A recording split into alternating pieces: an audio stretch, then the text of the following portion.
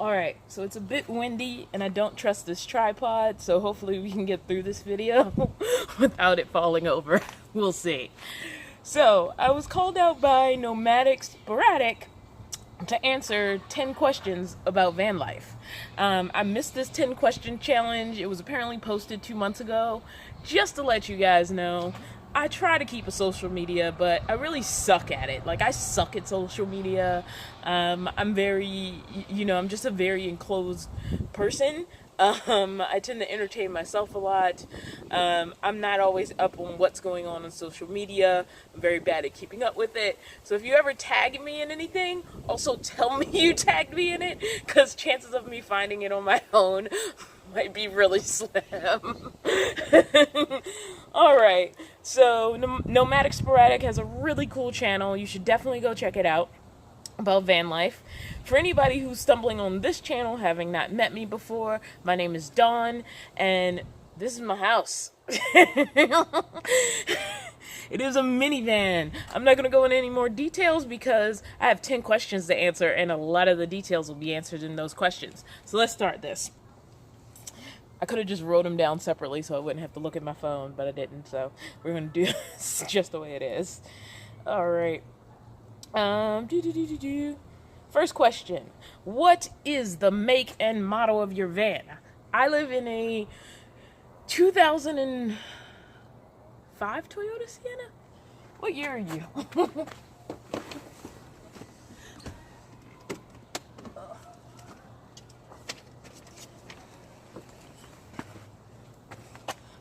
I don't know how I forgot that quick. Let me see.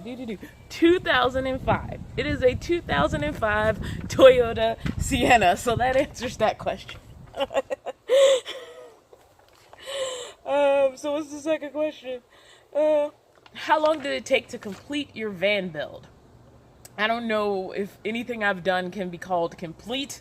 Like a lot of people who start out with really, really simple builds, it wasn't this process of like this long build out and then I moved into this really, really fancy van. I'm not going to open this door because I've been working on a couple of projects, and so I'm in another stage of the van build. As far as like a setup I did to sleep in it the first time, it took one day. I went to Target, I bought some bins, I went to a camping store, namely REI, and I bought a camping cot, and I pulled all the seats out, threw the camping cot in there, threw the bins in there, and started. I'll try to put up an info card, but if you go up to one of my earlier videos, you would see like the first stage of my build. And then if you go to my channel, one of my videos with the biggest hits is probably the most updated tour before the changes I'm making now. There have been some minute changes in between that, but there wasn't any concentrated time I spent on building before moving it in. I spent a day pulling out the seats, and then I spent a day setting some stuff up. The first night I was in the van, I slept in it just as a regular minivan on a car seat, and then like the next day I pulled the seats out. I stored them for a while, then had them like taken away on a truck. I don't have them stored anywhere. This minivan can never turn into a normal minivan again.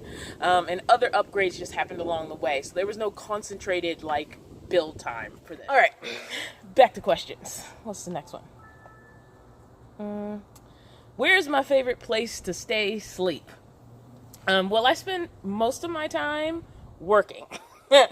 So I haven't really spent a lot of time traveling, with a couple of very few exceptions. It's nice to be near water. It's nice to be near someplace pretty. And sometimes people make this distinction between like the backcountry and BLM land and sort of campgrounds and city life. But city life has a bunch of different variations. You have like, downtown San Francisco, and then you have these cute little neighborhoods that have nice little parks, or sometimes near like bodies of water, and it's also fun to park there. Technically you haven't really left and gone out into nature, but you're still kind of city stealth parking. My earbuds look weird. So yeah, any place that's pretty to wake up in the morning is my favorite place to sleep, but I don't really have like, oh, this is my spot. Like, I don't really have that. A lot of times, actually, my favorite places to sleep is the place that's going to be most, words went away, most useful for my morning goals.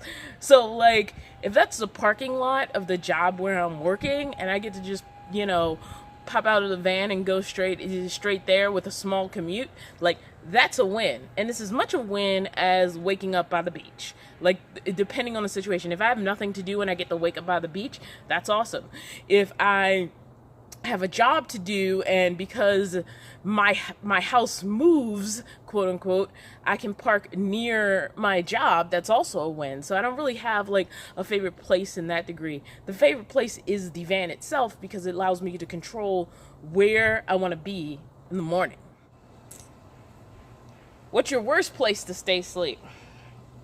I mean, I don't really have a huge opinion on like a worse place. Where it's hard to sleep is going into a new area.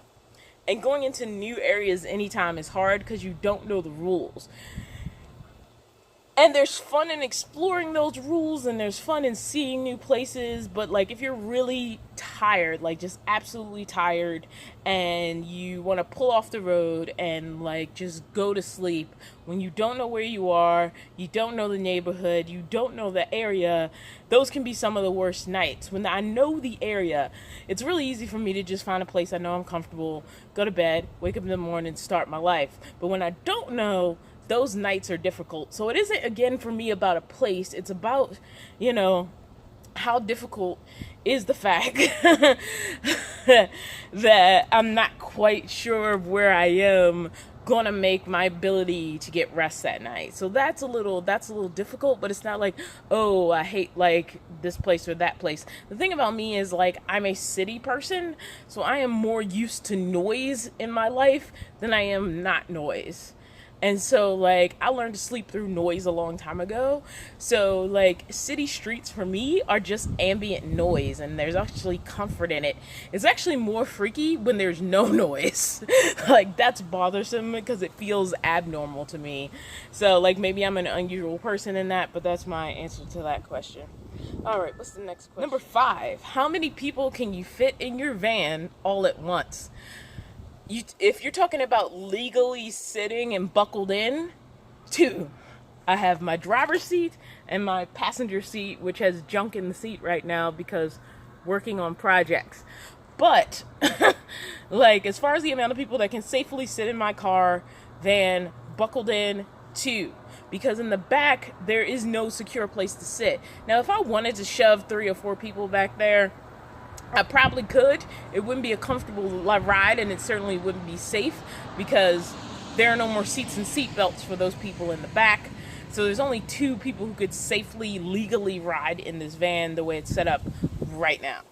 As far as like just hanging out, I mean, like I've never tried to fit an extra person in there. I feel like this minivan is a one-person vehicle.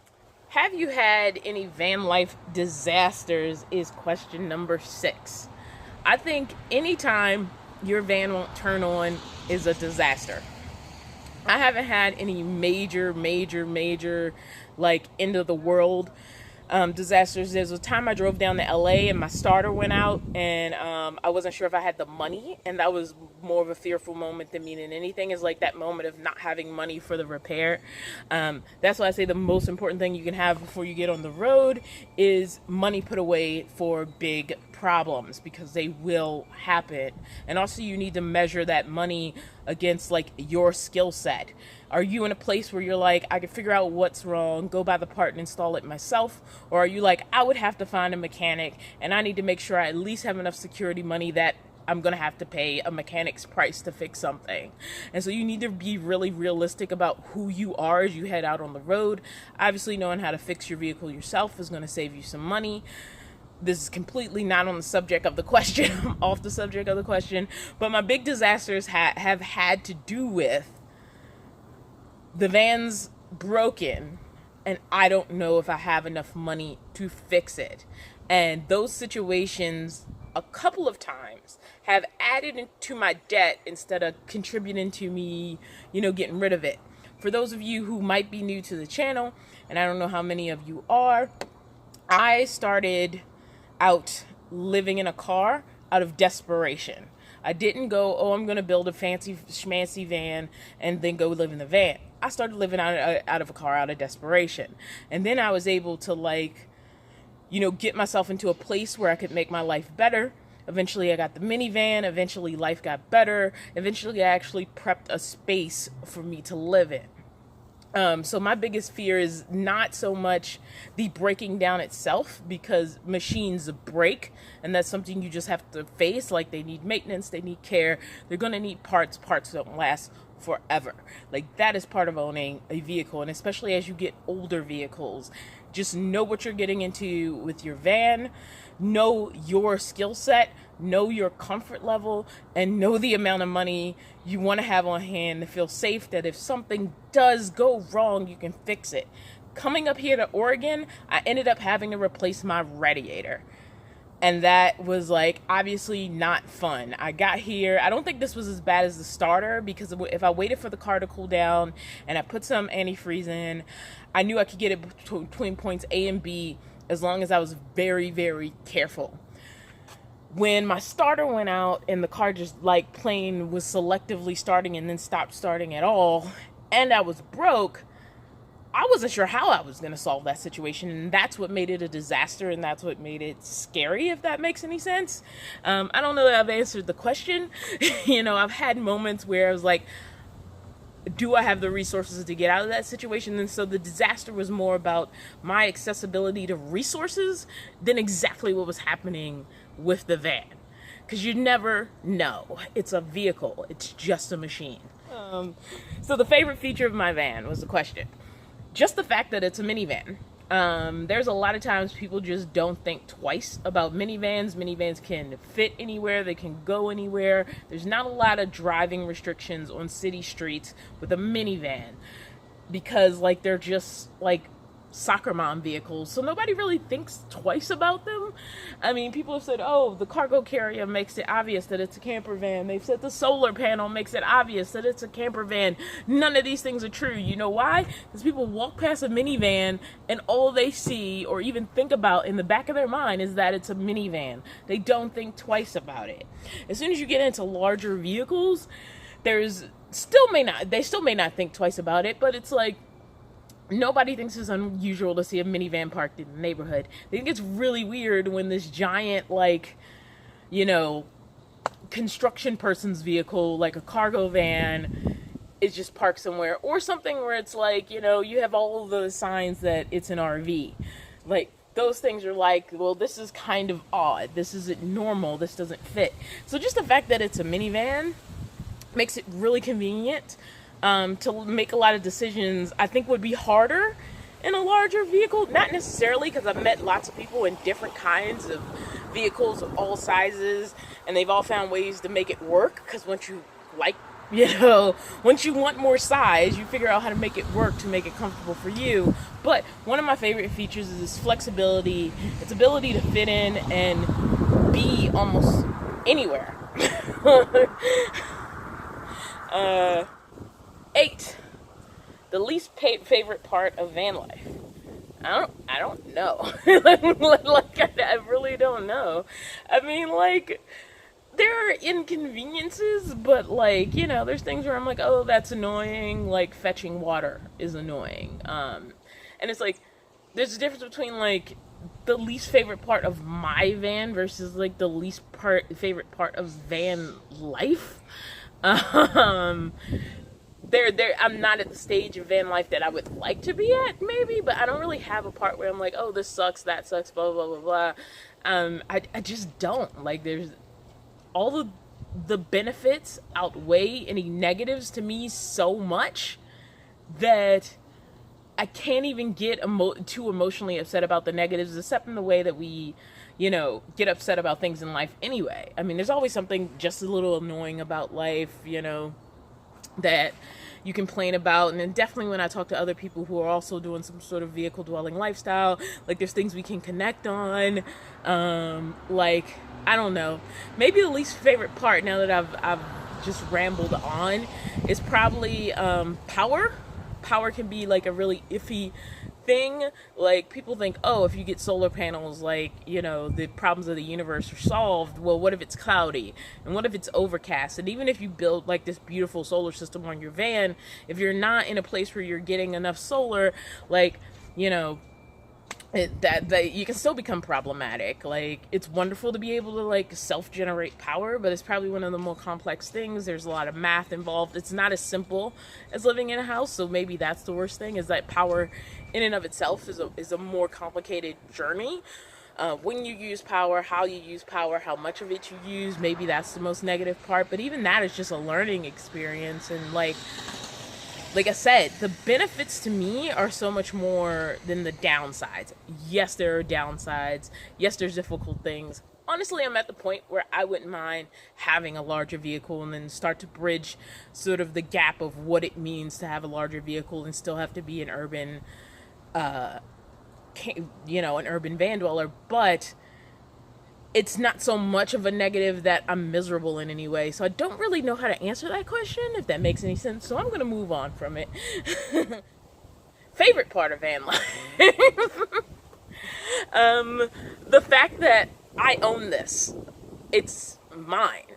The chances of me owning like a house or even anything with a huge buy-in anytime in the near future, if at all in my life, is 0 to none.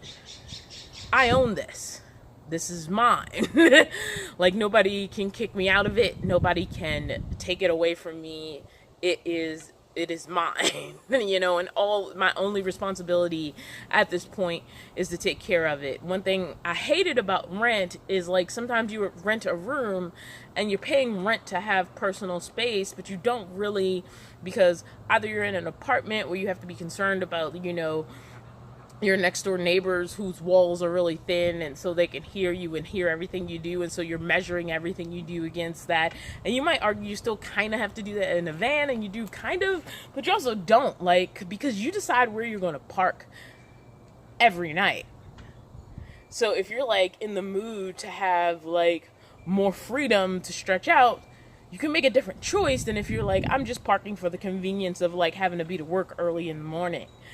And being able to make those choices is like the most wonderful part of it. You get to choose how much you want to deal with neighbors or a neighborhood, which, in addition to obviously the financial thing of rent, is that you're paying into something that you will never own for the sake of conveniences. And it makes perfect sense. There are people who are like, you know what, I value the conveniences over the inconveniences of van life, but I feel the opposite.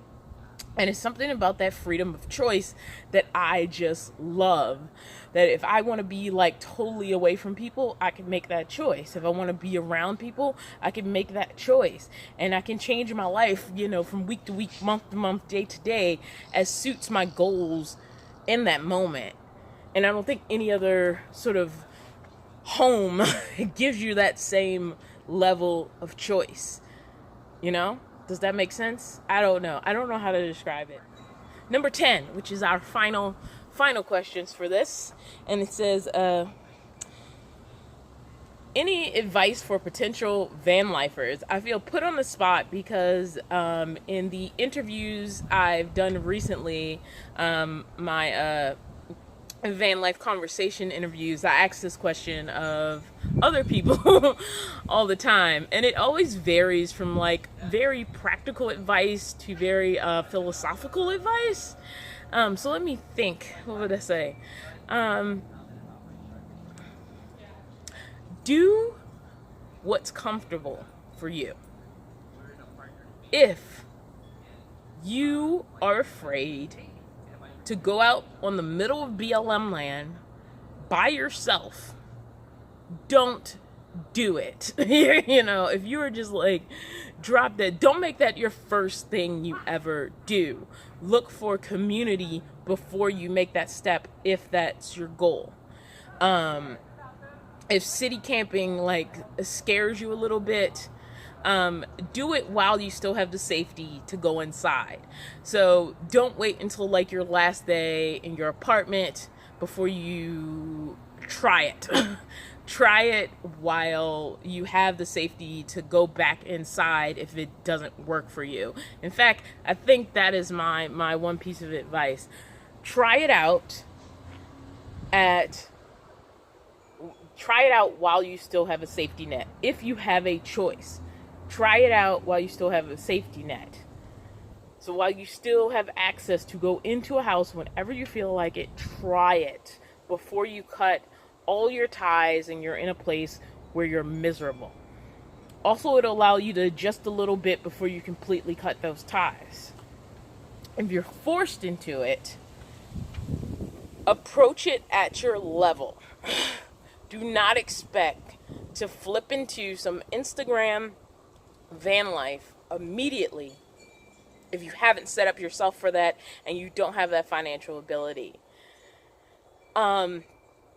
Okay, I'm coming up with multiple reasons, but my final thing is it is okay to hate it as long as you've tried it. If you feel you want to try it, try it. None of this advice is practical, guys. And it's okay to hate it after you've tried it. But at least you know you tried it. That was more than one piece of advice. I was just all over the board with that. I didn't know where I wanted to land with that. Now I know how people feel when I put them on the spot with this question, because now I had to answer it on camera. So yeah, I think that's all I got for this video. I don't know if these were like satisfactory answers to these questions. I feel like I was very evasive, but I really didn't know how to answer them, and I didn't really want to sit down like writing answers out. I just wanted to kind of go for it because that's how I am. All right, see you guys later. What was that? I don't know what that is. See you guys later. See you in the next one.